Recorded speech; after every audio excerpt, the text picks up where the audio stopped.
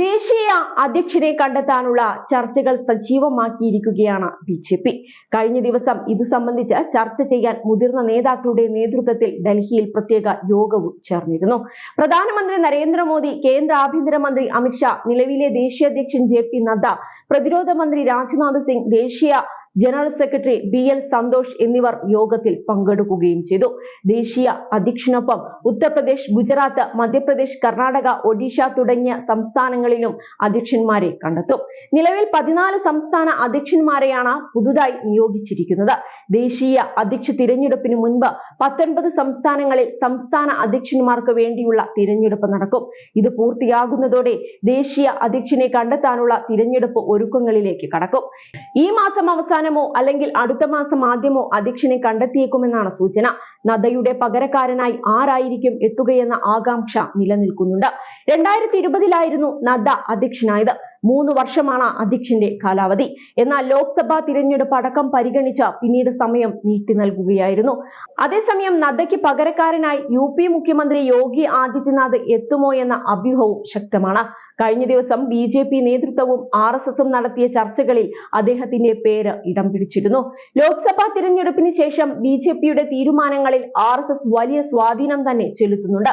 അതുകൊണ്ട് തന്നെ യോഗി എന്ന നിർദ്ദേശത്തിൽ RSS ഉറച്ചു നിൽക്കുകയാണെങ്കിൽ അത് അംഗീകരിക്കപ്പെട്ടേക്കാമെന്നാണ് വിലയിരുത്തപ്പെടുന്നത്. യോഗി അല്ലെങ്കിൽ മധ്യപ്രദേശ് മുൻ മുഖ്യമന്ത്രി ശിവരാജ് സിംഗ് ചൗഹാന്റെ പേരും പരിഗണിക്കപ്പെട്ടേക്കാം. RSSന്റെ ഗുഡ് ലിസ്റ്റിൽ ഇടം പിടിച്ച നേതാവാണ് ശിവരാജ് സിംഗ് ചൗഹാൻ. ദക്ഷിണേന്ത്യയിൽ നിന്നുള്ള നേതാവിനെ അധ്യക്ഷനാക്കണമെന്ന ആവശ്യം BJPയിലുണ്ട്. കിണഞ്ഞു പരിശ്രമിച്ചിട്ടും പിടികിട്ടാത്ത ദക്ഷിണേന്ത്യൻ മണ്ണിൽ സ്വാധീനമുണ്ടാക്കാൻ ഇത് സാധിക്കുമെന്നാണ് ഒരു വിഭാഗത്തിന്റെ കണക്കുകൂട്ടൽ. BJP എന്നത് ഉത്തരേന്ത്യൻ പാർട്ടിയാണെന്ന DMK നേതാവ് MK സ്റ്റാലിന്റെ വിമർശനങ്ങളെയെല്ലാം മറികടക്കാൻ ഇത് സഹായിക്കുമെന്ന് നേതൃത്വം കരുതുന്നുമുണ്ട്. മുൻപ് ദക്ഷിണേന്ത്യയിൽ നിന്ന് BJPക്ക് ദേശീയ അധ്യക്ഷൻ ഉണ്ടായിട്ടുണ്ട്. M വെങ്കയ്യ നായിഡു, ജന കൃഷ്ണമൂർത്തി, ബംഗാര ലക്ഷ്മൺ എന്നിവരാണ് അധ്യക്ഷ പദം വഹിച്ച ദക്ഷിണേന്ത്യൻ നേതാക്കൾ. എന്നാൽ കാര്യമായ ചലനങ്ങൾ ഉണ്ടാക്കാൻ ഇവർക്ക് സാധിച്ചിരുന്നില്ല. അതേസമയം ഒരു വനിതാ നേതാവിനെ അധ്യക്ഷയാക്കി ഞെട്ടിക്കാനുള്ള സാധ്യതയും ചർച്ചയാകുന്നുണ്ട്. പാർട്ടിയിൽ ആദ്യ വനിത അധ്യക്ഷയെ നിയമിക്കുന്നത് വലിയ ബൂസ്റ്റ് ആകുമെന്നാണ് കണക്കാക്കുന്നത്. രാജ്യ തലസ്ഥാനത്ത് വനിതാ മുഖ്യമന്ത്രിയെ നിയമിച്ചുകൊണ്ടുള്ള BJP നീക്കം വലിയ ചർച്ചയായിരുന്നു. സമാന രീതിയിലുള്ള നീക്കത്തിന് BJP നേതൃത്വം തയ്യാറാകുമോ എന്നാണ് ഉറ്റുനോക്കുന്നത്. തലമുറ മാറ്റത്തിന് BJP തയ്യാറെടുക്കുമോ എന്ന ചോദ്യവും ഉയരുന്നുണ്ട്.